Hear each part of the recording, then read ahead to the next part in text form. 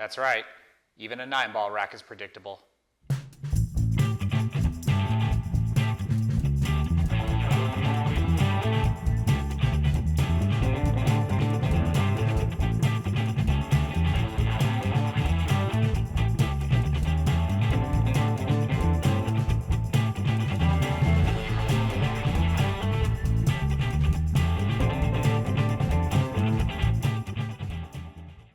What's going on, everybody? Little Chris here, and today's video I want to show you two different ways that I break a 9-ball rack. One that you should already be familiar with if you've been following my channel, and the other that increases your chances of setting the table up for our break and run. Let's get started. So for this first break, we have the classic break again. Just like we do an 8-ball, only this time we don't have 5 predictable balls, we only have 2 predictable balls and the consistent patterns that they go in. Now I'm still going to be breaking from the left side of the table because that's where I prefer to break from, but everything that I do on the left side of the table you can also do on the right side of the table. So for the placement of the cue ball, I line the cue ball up with 1 diamond away from the corner pocket and then move it 2 diamonds up. Now in a game of 9-ball, you always have to hit the head ball first, which will always be the 1 ball. But where I'm going to tell you to aim is to aim as if you want to hit the very center of the ball that's in the back of the rack, or the 4 ball in this case. Because that is going to cause you to cut the 1 ball on its left side, forcing it to go to the right and have the possibility of dropping here into the side pocket, being our first predictable ball. Now if the 1 ball does miss low from the side pocket, that's because we cut the 1 ball too far on its left side. And if the 1 ball does miss high on the side pocket, that's because we didn't cut the 1 ball enough. Now the second predictable ball will be the wing ball from the side that we break from. So since we're breaking on the left side of the table, we would expect this left wing ball, or the 3 ball in this case, to go into the corner pocket. And if the 3 ball does miss low from the corner pocket, that is also because we cut the 1 ball too far on its left. And if the 3 ball does miss high, then we didn't cut the 1 ball enough. Now where I'm actually going to hit on the cue ball is going to be 1 full tip below center, and then about half a tip to the left of center. And the reason for that is, since we're cutting the 1 ball on the left side, I know that the cue ball is going to go off and to the left. And I want the backspin to cause it to hit the side rail, and then the left spin to pull it back to the center of the table so that hopefully I can run the rest of the table.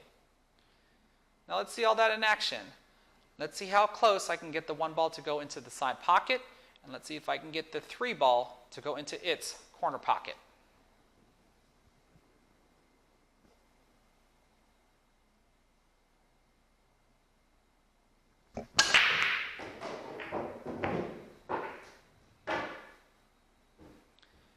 Now you saw I made the wing ball, or the 3 ball, go in its corner pocket, but I did miss low from the side pocket, so that should tell me that I cut the 1 ball too far to the left. So I'm going to have to make some sort of an adjustment if I want to actually pocket it in the right side pocket.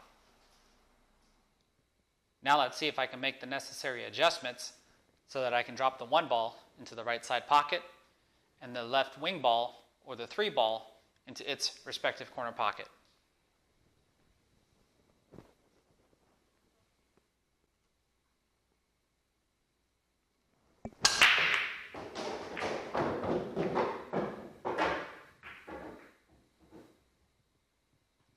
Pretty cool, huh?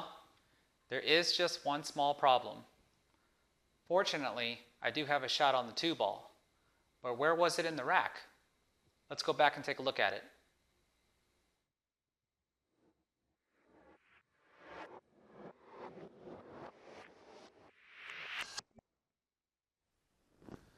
So if we look at where the 2 ball was racked, we can see that it's in the 4th row behind the 9 ball on my right side. And I was fortunate enough that I got positioned on the 2 ball to where I could possibly go on a run and win the game. But what if the 2 ball was racked here? Where would it end up, and would I have position on it after the break? Or what if the 2 ball was now the wing ball, and I dropped both the 1 and the 2 ball on the break, and where was the 3 ball racked, and where did it end up? Or what if the 2 ball was here? Or here? Or here? There's no telling where the 2 ball could possibly be in the rack, and therefore we can't really determine how we're going to play position on it, and playing position in the center of the table doesn't always really guarantee us a shot on the 2 ball. So now, that doesn't make it a very good idea to pocket the 1 ball on the break now, does it? And that leads us off into our second break. So for this second break, we want to use what we already know. And that is, if we cut the 1 ball far enough on its left side, we can purposely cause it to miss low from the side pocket and hit the rail here. And when that happens, the 1 ball does have a tendency to land somewhere near this left corner pocket. Now sometimes we can be a little unfortunate and the 1 ball can actually fall into this corner pocket, but we want to bet on that we're going to land near this corner pocket. Now we still want our wing ball, or the 3 ball in this case, to go into its respective corner pocket. Because if we're able to drop that wing ball, or any other ball for that matter, and our 1 ball is near this corner pocket, and we're able to get the cue ball somewhere near the center of the table, then we've now increased our chances at being able to run the table for the win. Now to ensure that we're going to cut the 1 ball enough on its left side, we're going to move the cue ball further over to the left, pretty much lined up with the point of the corner pocket. Now since we've moved the position of the cue ball, we're no longer going to aim to hit the center of the ball that's in the back of the rack, or the 8 ball. We now want to aim and hit the center of the ball that's in the 4th row, behind the 9 ball, on our right side, or the 2 ball in this case. That's going to give us the necessary angle to cut the 1 ball enough to where it'll miss low on the side pocket and hopefully land somewhere over here near this corner pocket and still make our wing ball in the left corner pocket. Now where we're going to hit on the cue ball is still going to be about 1 tip below center and about half a tip to the left of center so that we can try to pull the cue ball back to the center of the table. Let's see how that works.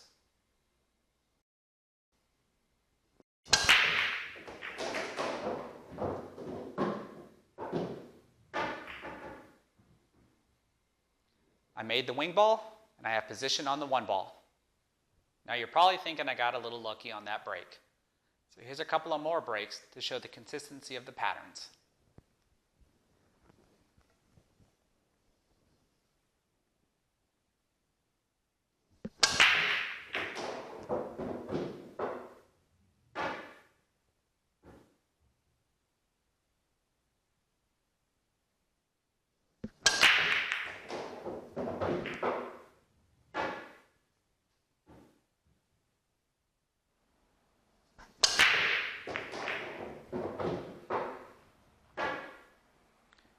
Pretty consistent, huh? But I bet you're wondering if I can run the rack. Well, let's find out.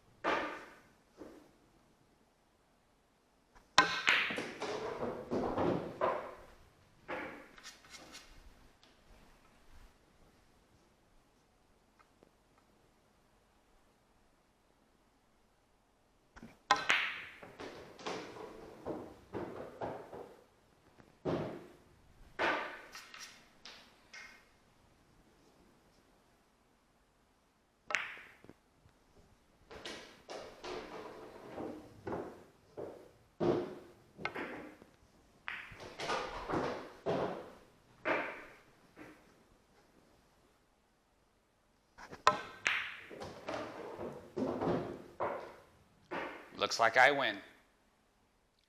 So that'll do it for today's lesson. I hope that you're able to use this information to improve your breaks during the game of 9-ball. I just want you to remember one thing though, that you're not always going to get the same result no matter which breaking style you decide to use. If you decide to use the second one, for example, you might still get unfortunate and drop the 1 ball in the side pocket. Or you can drop it in the corner pocket that you're trying to set it up for. Or maybe even a ball gets in the way of the position of the one ball after the break. You just never really can tell. You also can never really tell how the rack is going to react if there are any gaps inside of it. But one thing's for certain, if the rack is at least good and you keep practicing these breaks, you'll start to notice those consistent patterns that I demonstrated.